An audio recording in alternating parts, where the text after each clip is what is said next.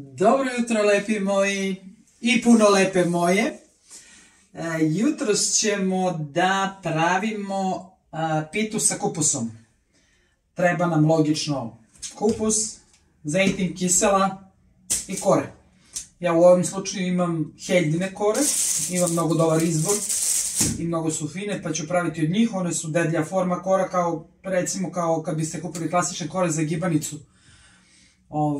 Dakle, deblje su od običnih kora za pitu i pravit ćemo ređanu pitu sa kupusom. Prvo što treba da uradimo, treba logično da isečemo kupus, jel? Ćemo ga praviti u komadu.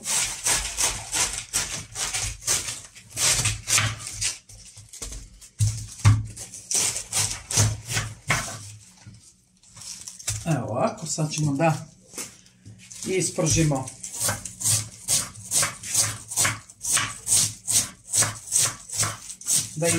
kupus. To ćemo da radimo na tihoj vatri, tipa na dvojci, na zejtinu naravno.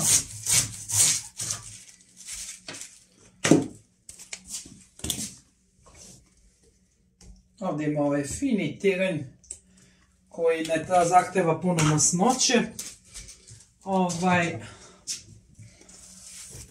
I na njemu se može fino pržiti jer ne zagoreva, što je baš prednost kad radite više stvari u isto vreme.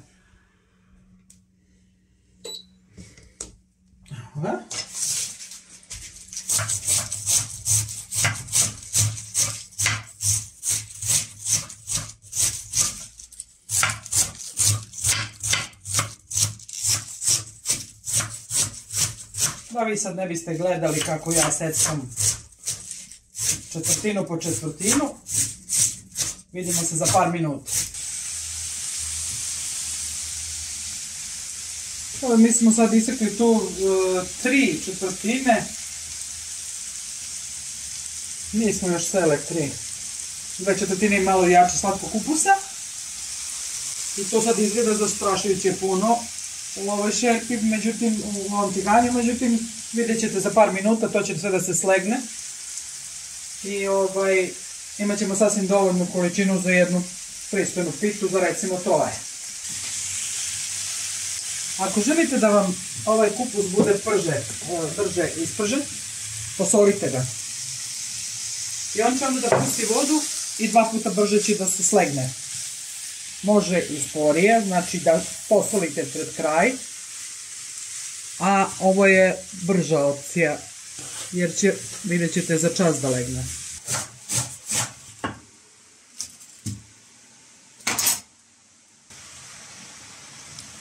Prošlo je jedno 10-ak minuta, recimo, znači ovdje smo isekli celu glavicu kupusa i vidite kako i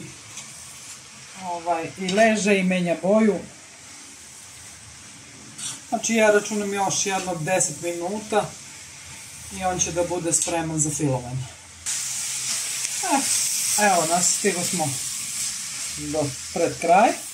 Ja ću sad da ugasim ovo, ali ću da ostavim na ringli, da bi on još određeno vreme se krčkao.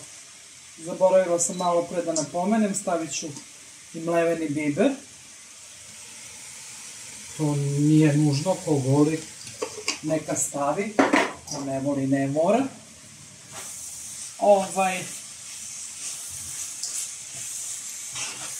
Kad se bude ohladio, filujemo kore i stavljamo u rernu. Da ne zaboravim da napomenem, za slučaj da pržite kupus u klasičnim šerpama, dakle ne ove sa ovim kamenim dnom, treba će vam bitno više zejtina. Znači ovo je privilegija prženja sa malo zejtina zbog ovih kako se to kaže, zbog šerpe koje se ne lepe.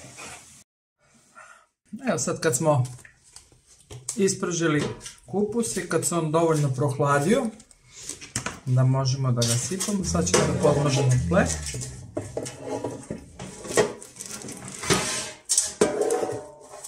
Mi ovo nećemo raditi sa pek papirom iz već poznatih razloga.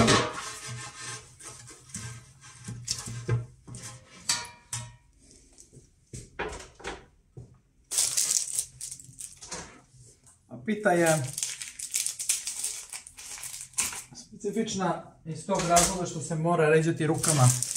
Ne možemo da koristimo escaj, zato što je suviše zgrudvano, kako bih rekla. I onda moramo rukom da vadimo, pa ćemo ovako da sipamo. Sad ćete da vidite kako to izgleda. No, bože.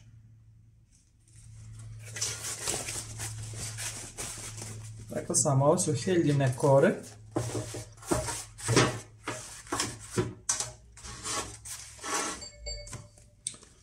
I super su. Evo, samo malo ulja. Sad ćemo ovako.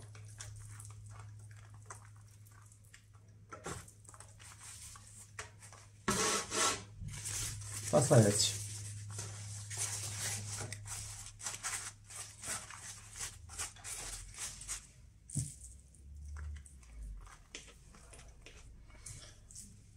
Da je u pitanju kiseli kupus, on je rastresitiji i on može da se ređe kašikom,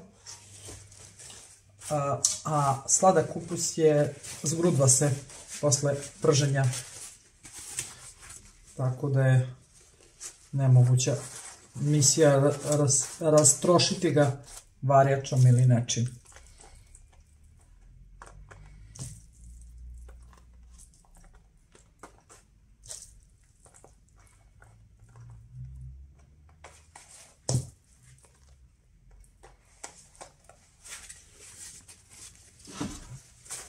Sad nemam mesta da otvorim kore, ali ni ne moram da ih otvaram pošto su ovdje manje više zgužvane. I to sad ovako ređemo do faze dok ne dođe da potrošimo sve kore ili sad fil, jel?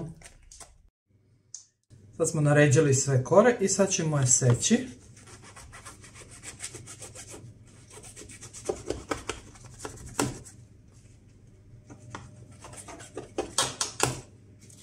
I onda ćemo blago da je poprskamo kiselom vodom i još malo zejtinom i u rernu, rekli smo, na otprilike 200 stepeni, 20-25 minuta i ono je spremno za serviranje.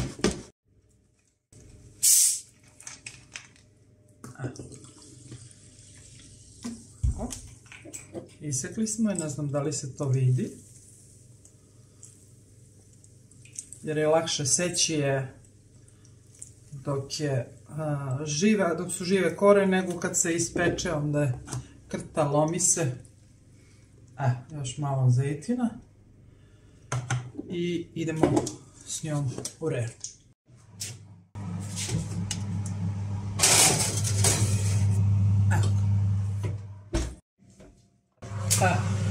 Evo je.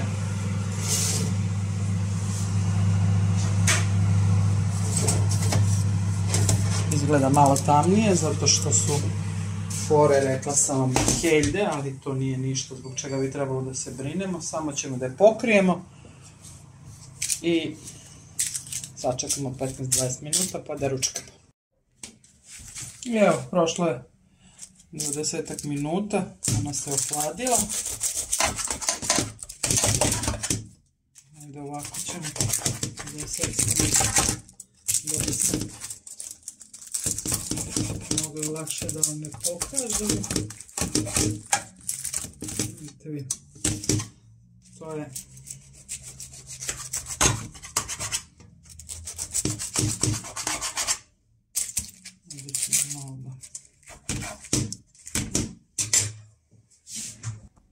evo je. To tako izgleda i mnogo je dobro, verujte.